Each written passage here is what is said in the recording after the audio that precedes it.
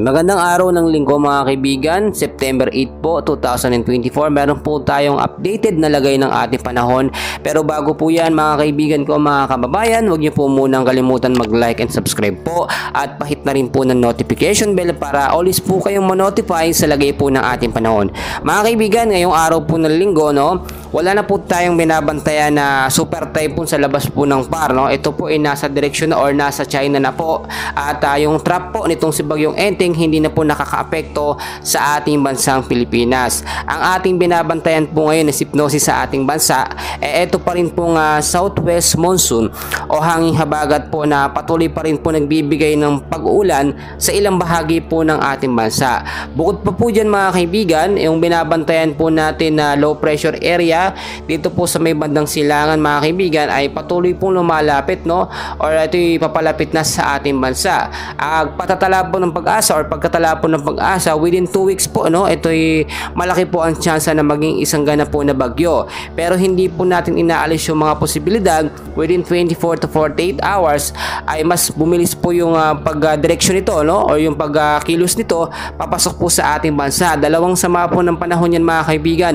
Meron pa po isang cloud cluster or kumpul ng kaulapan na posible din pong maging banta ng bagyo. So kahit wala po tayong bagyo ngayon sa loob ng PAR mga kaibigan, may binabantayan naman tayo. Makakaranas naman po tayo ng mainit na kalangitan ngayong araw po ng linggo, no, hanggang sa tanghali po. Pero asahan po pagdating sa hapon at sa gabi ay posible pong makaranas po tayo ng mahina hanggang sa posibleng malakas po na pag-uulan.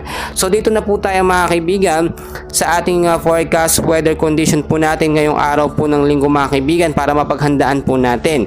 So sa area po ng Ilocos sa Norte, Ilocos Sur, Batanes kasama na po ang Babuyan Island, maulap po na kalangitan ang mararanasan dyan, no? Mga isolated light rains and heavy rainfalls po pagdating naman sa gabi dahil po yan sa banta po ng southwest monsoon or hanging habagat. So yung mga lugar po na yan, pinag-iingat po sa banta po ng pagbabaha, sa banta rin po ng landslide, especially po yung mga mountainous area na madalas po nagkakaroon ng mga landslide mga kaibigan.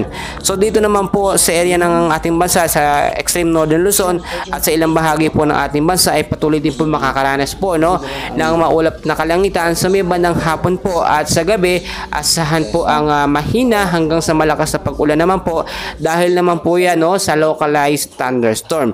Inaasahan na itong localized thunderstorm ay posible pong magdulot, no, ng pagkulog po at pagkidlat sa ilang bahagi po ng ating bansa.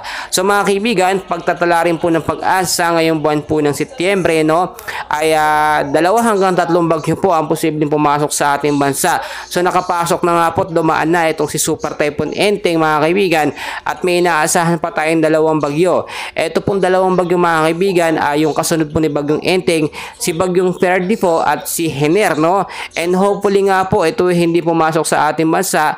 Alam nyo naman po pag mga bare months talaga hanggang Disyembre mga kaibigan, sunod-sunod po ang mga sama ng panahon or mga bagyo na dumadaan po sa bansang Pilipinas. At dahil nga po nasa rainy season din po tayo, asahan po na kahit umaraw po ngayong araw na ito, asahan sa mga susunod na araw posibleng magkaroon po ng maulap at maulan na panahon dahil naman po yan sa banta po ng hanging habagat or southwest monsoon na patuloy po nagpapaulan sa ating bansa. So mga kaibigan, paalala ko lamang po ngayong hapon po, no, or sa hapon po hanggang sa gabi, kung kayo po wala namang importanteng lakad, mas maganda po manatili na lang sa bahay, no, iwas tayo sa banta po ng pag-uulan. At kung aalis naman, ugaliin po magdala ng payong, jacket, kapote, panlaban po yan sa mga biglaan pong pag-uulan mga kaibigan. So yan lamang po mga kaibigan ng ating update, and please huwag niyo pong kalimutan mag-like and subscribe.